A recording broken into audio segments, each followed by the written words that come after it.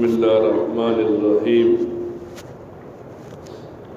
قرآن کریم کی سورہ یوسف کے بارے میں آتا ہے۔ یہ قرآن کریم کی واحد صورت ہے جس میں یوسف علیہ السلام کا مکمل تذکرہ ہے۔ علماء لکھتے ہیں اس صورت کو جس مقصد کے لیے پڑھا جائے اللہ اس مقصد کو پورا کرتا ہے۔ مثلا ایک تنگ دست آدمی ہے، اسے پڑھتا ہے تو اللہ اس کی تنگ دستی کو دور فرماتے ہیں۔ کوئی آدمی بیمار ہے اور بیماری کے لیے سورت کو پڑھتا ہے تو اللہ بیماری سے صحت عطا کرتے ہیں۔ یعنی جس کام کے لیے بھی یہ سورت پڑھی جاتی ہے اس کام کو اللہ تعالیٰ پورا کر دیتے ہیں۔ اس سورہ مبارکہ کے اندر یوسف علیہ السلام کے امتحانات کا ذکر ہے کہ اللہ تعالیٰ نے کہاں سے اٹھایا، پھر وہاں کنویں میں پہنچے، پھر تخت پر بیٹھ کر بادشاہ بن گئے۔ تو اللہ تعالیٰ ایک انسان کو رہنمائی کر رہے ہیں کہ ہمیشہ انسان پر مشکلات آتی ہے اور پھر مشکلات کے بعد آسانیوں کا راستہ اللہ تعالیٰ کھول دیتے ہیں۔ ایک آدمی پر جب مشکلات آتی ہیں علماء لکھتے ہیں دو قسم کی ہوتی ہیں، بعض لوگوں کے درجات کی بلندی کے لیے اور بعض لوگوں کا امتحان اور مشکلات میں ڈالنے کے لیے۔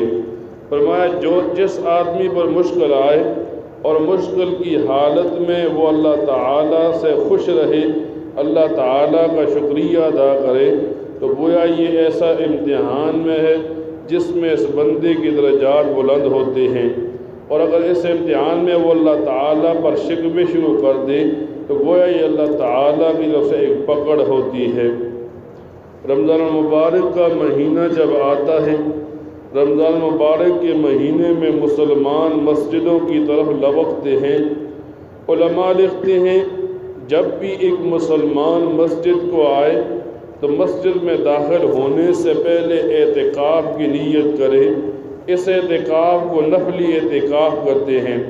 اب جتنی وقت یہ مسجد میں رہے گا اسے اعتکاف کا ثواب ملتا رہے گا۔ یہاں تک فقہا لکھتے ہیں مسجد میں ویسے کھانا اور سونا تو جائز نہیں، لیکن اعتکاف کی نیت سے ایک بندہ مسجد میں داخل ہوا اور پھر اس نے یہ کام کیا تو اس کی یہ قراعت کم ہو جائے گی۔ تو ایک مسلمان کو چاہیے جب مسجد کی طرف متوجہ ہو تو نفلی اعتکاف کرتا ہوا مسجد میں داخل ہو اور مسجد کو صرف عبادات کے لیے استعمال کرے تاکہ اللہ تعالیٰ مسجد کی محبت اس کے دل میں ڈال دے۔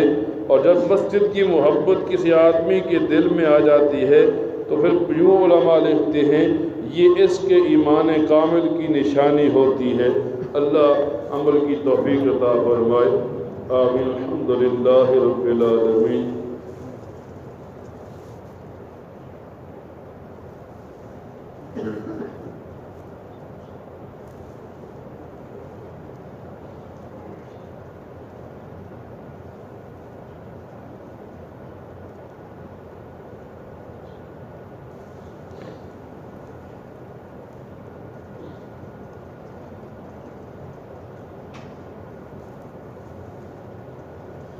وصلی اللہ تعالی علی خیر خلقہ محمد وآلہ واصحابہ اجمعین برحمتک یا ارحم الراحمین۔